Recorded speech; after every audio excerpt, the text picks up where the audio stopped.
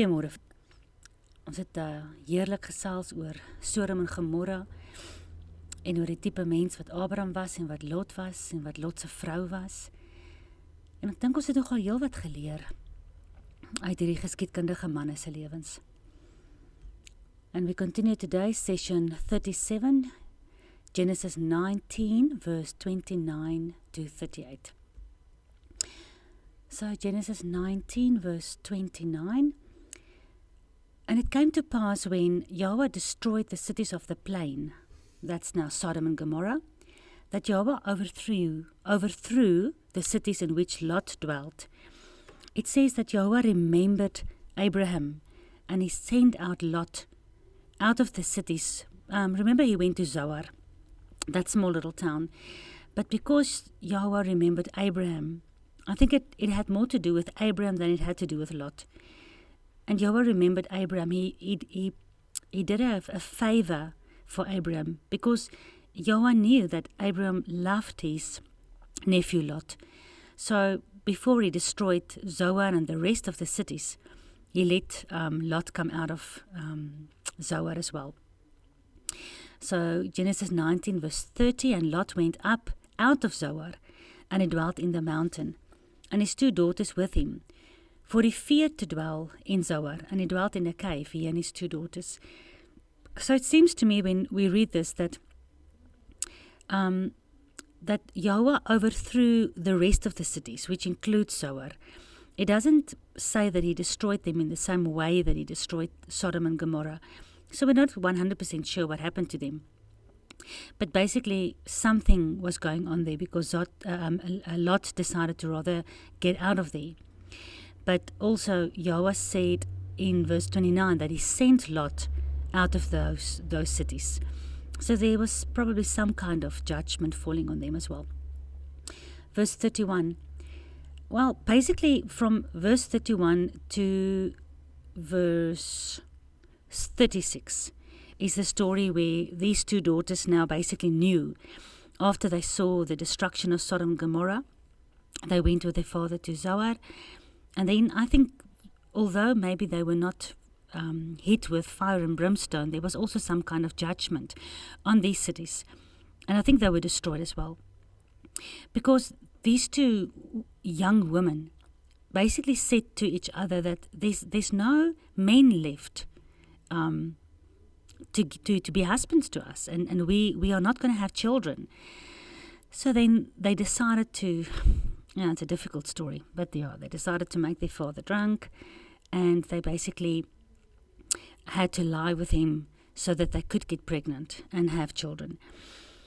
And I can just imagine how these two women felt. Everything around them has been destroyed. They're living inside this cave. They don't even know if there are any other human beings alive. So on the one side, I can understand how desperate they were. So the firstborn daughter bore a son, and she called his name Moab. And Moab, the same is the father of the Moabites unto this day. So the firstborn daughter of Lot, when she became pregnant and she bore a son, she called his name Moab. And Moab has to do with the son of the father. He is from the father, Mo-Ab, and Ab is for Abba. So the name has got to do, he is of the father. And the younger, she also bore a son and called his name Ben-Ami. The same is the father of the children of Ammon unto this day. And we've already discussed Hosea and Romans, and we know that Ami means people.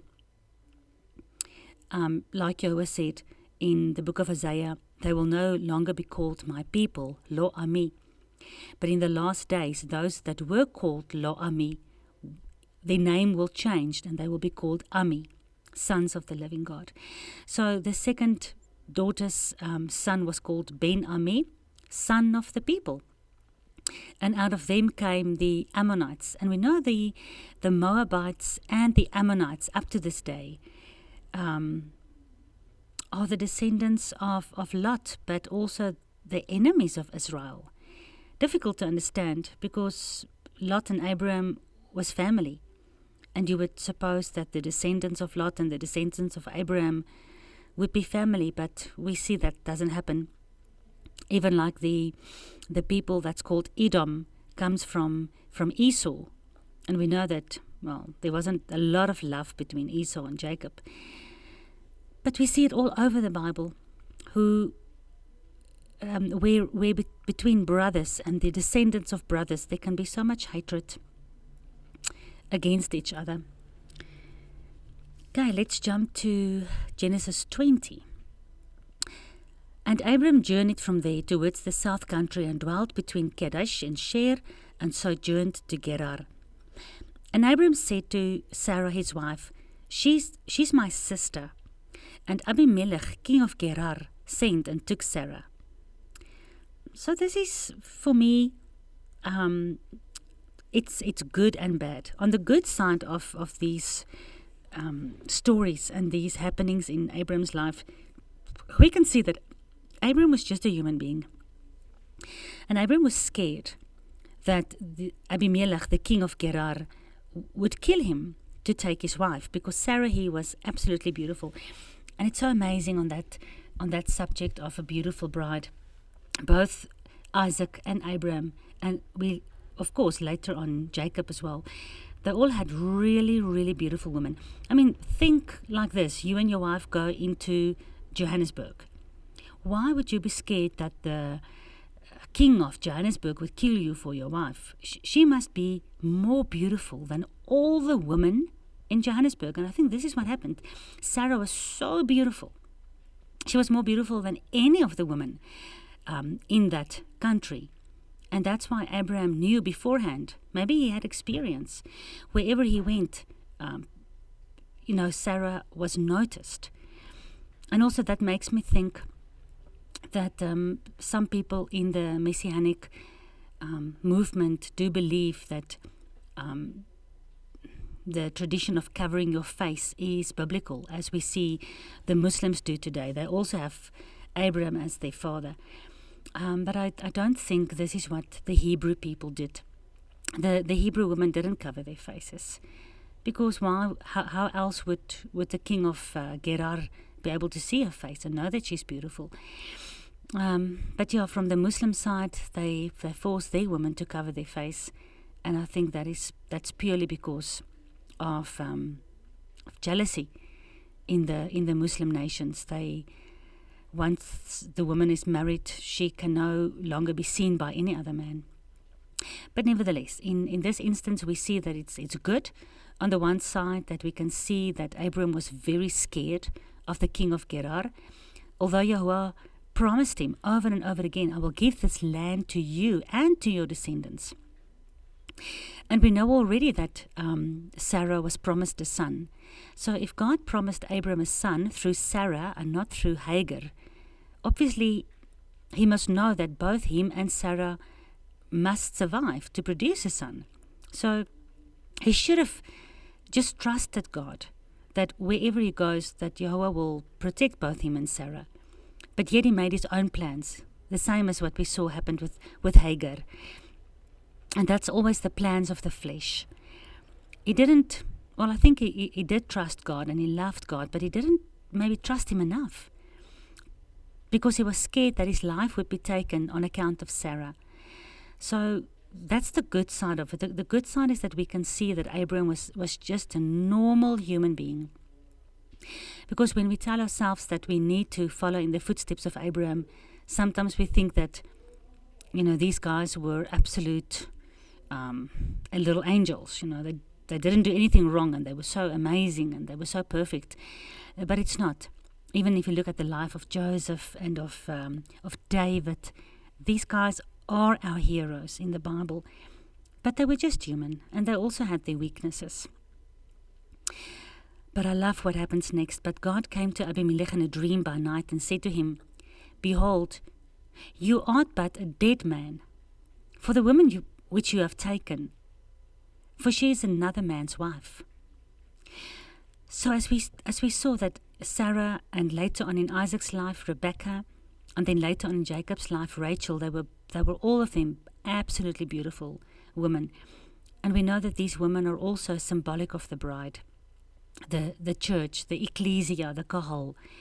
And we know that although the physical men were scared that some other husband would steal their wives, when we remember what happened in Genesis 3, we can see that Jehovah also warned his bride, Adam and Chava, not to listen to the serpent and not to eat from the tree of knowledge of good and evil. Not that he was scared, right? He's not human that he's scared. But he knew that there is a chance that his bride can be stolen away. So it's very symbolic in the life of Abraham, how Abraham is scared that his bride will be stolen away. And the same with Yahuwah. Yahuwah's bride has been stolen away. And that's why he had to come and redeem her back with his own blood. But what I love about this is that Yahuwah sent an angel to appear to Abimelech in a dream by night and to warn him that he should not be taking another man's wife. So I just want to now turn to the book of Yashar and I want to read this conversation of this angel that appeared to Abimelech. This is Yashar 20. Let me just find it. Okay, verse 13. And he dreamed that an angel of Yahuwah came to him with a drawn sword in his hand. And the angel stood over Abimelech and wished to slay him with a sword. And the king was terrified in his dream, and he said to the angel, "What have I done? What have I sinned against you that you want to slay me?" And then the angel tells him that Sarah is Abraham's wife, and he mustn't take her for himself. He must return her. And then verse 15. And on that night there was a great outcry in the land of the Philistine, and the inhabitants of the land saw a figure of a man standing with a drawn sword in his hand, and he smote the inhabitants of the land with the sword. Yea, he continued to smite them. And the angel of Yahuwah smote the whole land of the Philistine that night, and there was great confusion on that night and on the following morning. And every womb was closed. The womb, the reproductive organs of all the women, and all their issues, and the hand of Yahuwah was upon them on account of Sarai. So it's quite amazing how Yahuwah sent his angel, the angel of Yahuwah. And it was basically just in a dream. They appeared to Abimelech in a dream, and they also appeared to the whole nation. And there was so much confusion and terror in these people. And what just makes me wonder, why at that stage did this king and this nation, why did they not turn to this God? I mean, he had the power, this king Abimelech. He had the power to take Sarah.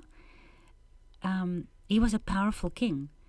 And yet that night he was so scared. And the next morning, he not only gave Sarah back to Abram, he even made Abram even richer than he was. And he even gave him land for free.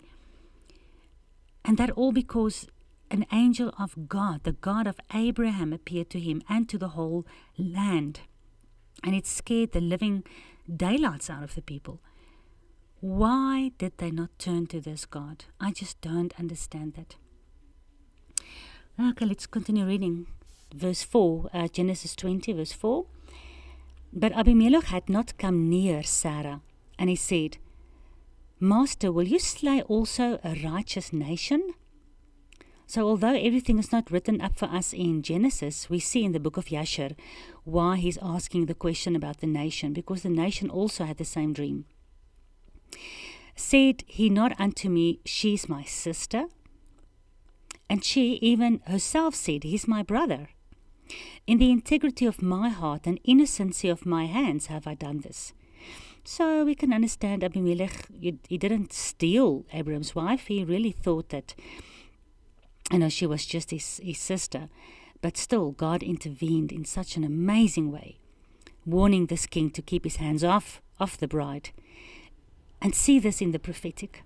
See how this angel of God, right, standing with a drawn sword in his hand, bringing utter terror and confusion over a whole nation and a king.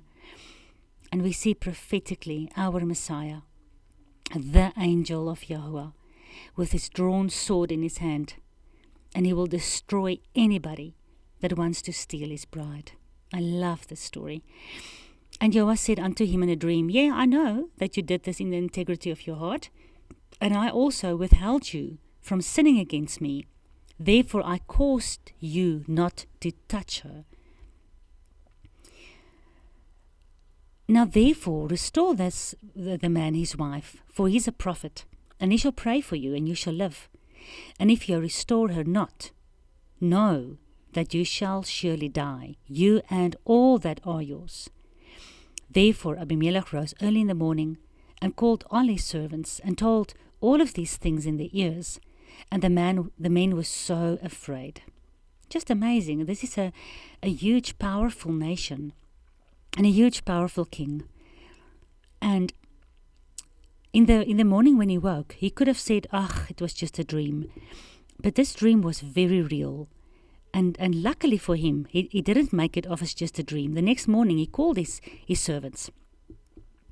And that's like the world leader calling all the nations, presidents and rulers, and all of them being afraid of this angel with a drawn sword protecting his bride.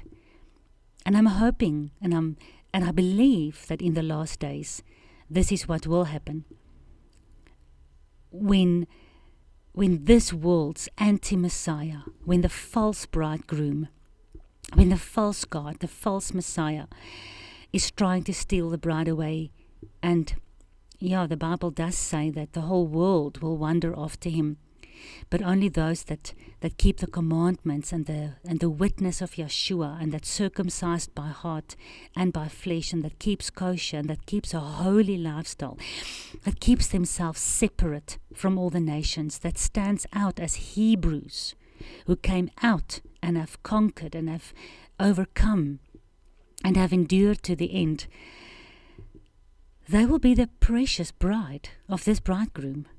And I can just see the princes of this world and the kings and the kingdoms of this world standing up against the bride. And we see that in the book of Revelation.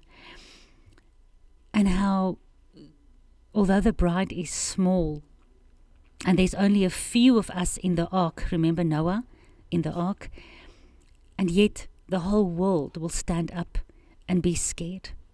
They will try to destroy the bride, of course, but they will not succeed. We will have this Messiah, this angel, with a drawn sword, putting fear in the hearts of everyone, and he will bring us through somehow. It's exciting to look forward to the end of times, to look forward to the time of seeing absolute miracles of how the God of heaven and earth will protect his bride against the kings of this world. Okay, verse 9, and Abimelech called Abraham and said unto him, What have you done? What have I offended you, that you brought on me and my kingdom a great sin? And Abimelech said unto Abraham, What sawest you that you have done this thing?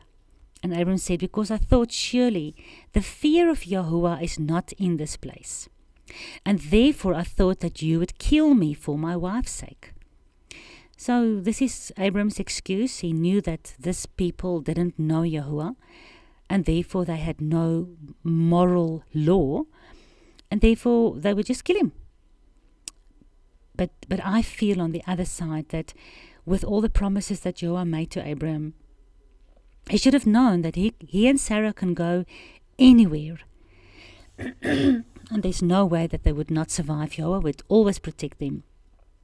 But in this case, he didn't place his trust in Yahuwah. He basically, he didn't really lie, because Abraham and Sarah had the same father. We can read that in verse 12. Yet indeed she is my sister. She's the daughter of my father, but not the daughter of my mother. So on the one side he didn't lie, but on the other side he did, because they were also married. So he decided to lie instead of trusting God to protect him and his wife.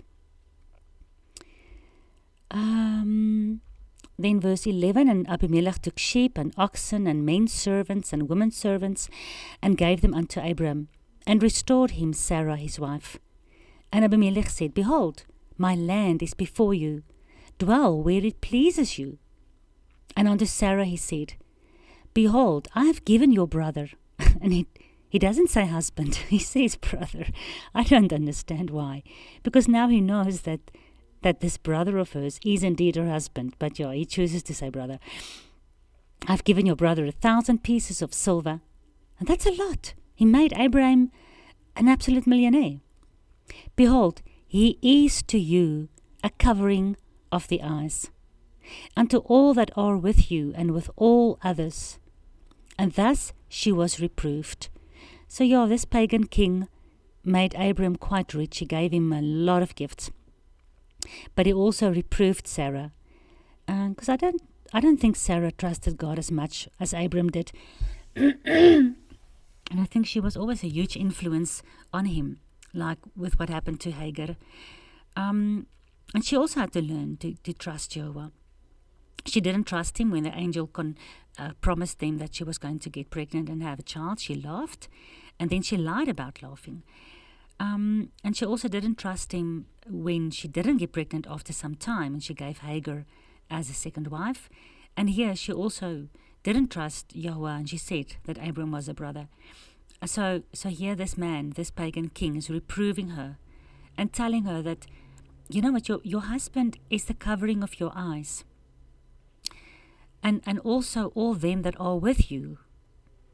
So I'm not 100% sure what that means. I think it's got to do with the fact that he is your covering. He, like Joshua, when he pulls his mantle, his prayer shawl, his talit, like a hen that covers her chickens with her wings, just so the four corners of the talit is called kanaf, wings. And that is the covering we have. We are covered by our bridegroom. And I think he's saying here to her that your husband is your covering. You don't have to lie about this any longer. And he's not just your covering as a physical husband, but because he's such a prophet of the Most High, he's a good, holy covering to you. And the covering of him, because he believes in Yahuwah, is enough to keep you safe. So Abram prayed unto Yahuwah, and Yahuwah healed Abimelech and his wife and his maidservants, and they bore children. For the Lord have closed up all the wombs of the house of Abimelech, because of Sarah, Abram's wife. So basically what happened when we read in Yashar, that specific verse, and every womb was closed, and all their issues. So that word issues is basically menstruation. So the moment that Yahweh smote Abimelech with this curse of closing the wombs, all the menstruation stopped immediately. So the whole nation knew that all the women has become barren. And that's why when Abram prayed to Yahuwah, then it says that Yahuwah healed them. And healing them, he opened their wombs again. And it says that they bore children. So, again, an amazing miracle. A whole nation in one night could have been wiped out because no more children would have been born to them, because all the women stopped menstruating and their wombs were closed. They could not have children any longer. And isn't that what we read in Deuteronomy 28 and 29? The curses of disobedience is one of the biggest curses is not having children. And we've read about all the sadness with Sarah, and later on with Rebecca, and later on with Rachel, and even Samuel's mother Hannah, and how sad they were and how difficult it was not to have children because it was a curse. And here we can see that with immediate effect, Yahweh gave this curse over to Abimelech and the whole nation. But because he listened to the warning of Yahweh, And he gave back to Abram his wife, but not only that, he even blessed him with so much richness. And then Yahweh listened to Abram's prayer, and he closed, he opened up the closed wombs, and he healed them again, and they were blessed, and they had children again. Only thing that I just cannot comprehend is that when Abraham left Abimelech, and Abimelech and his whole nation could see after the prayer of Abraham that the God of Abraham has got power to close everyone's wombs and open them again just by a prayer of a man, how they could not turn and start worshipping this God and start believing in the same God as Abraham. I just can never comprehend how people can see the almighty superiority and authority and yet just continue with their lives as normal. I mean, we see this over and over again every time something happens, like in the time of Gideon, how the Midianites, they could see, I mean, the angel of God destroyed the whole camp of the Midianites. And the king and the few that survived, they just continued worshipping their own pagan idols. I just don't understand. But nevertheless, this is the life of Abraham. We remember that Lot's two daughters had the Moabites and the Ammonites. And of course, the Moabites and the Ammonites, their great-great-great-grandfather is Lot. And he was a righteous man. He believed in Yahweh. He, of course, also had the amazing, amazing story of how the angels came to rescue them out of the city before they destroyed it. And why the Moabites and the Ammonites became enemies of Israel, I just, again, cannot comprehend. They had this amazing story, and maybe after time and over time it became a legend, how Lot was rescued from a town that was destroyed by fire. But why they stopped worshipping Yahuwah, I just have no idea. But we have a beautiful picture of a Moabite woman. Years and years later, we have Ruth, a Moabite woman that came into the nation of Israel and that accepted the God of the nation of Israel. And she said to Naomi, "Wherever you go, I go, and your God is my God, and your people is now my people." And this Moabite woman, pagan, became the great-grandmother of David, of King David, and eventually of the Messianic bloodline. But yeah, it just blows my mind how these nations can see all the evidence. But it's just like we talked about before, the evolutionist, they look at the same sun and moon and stars that we do. Yeah, they see evolution. We see the Creator's hand. We don't understand how they cannot just realize that this God of Abraham, Isaac, and Jacob is the Creator from the beginning, and He's the only one that will survive all the way to the end.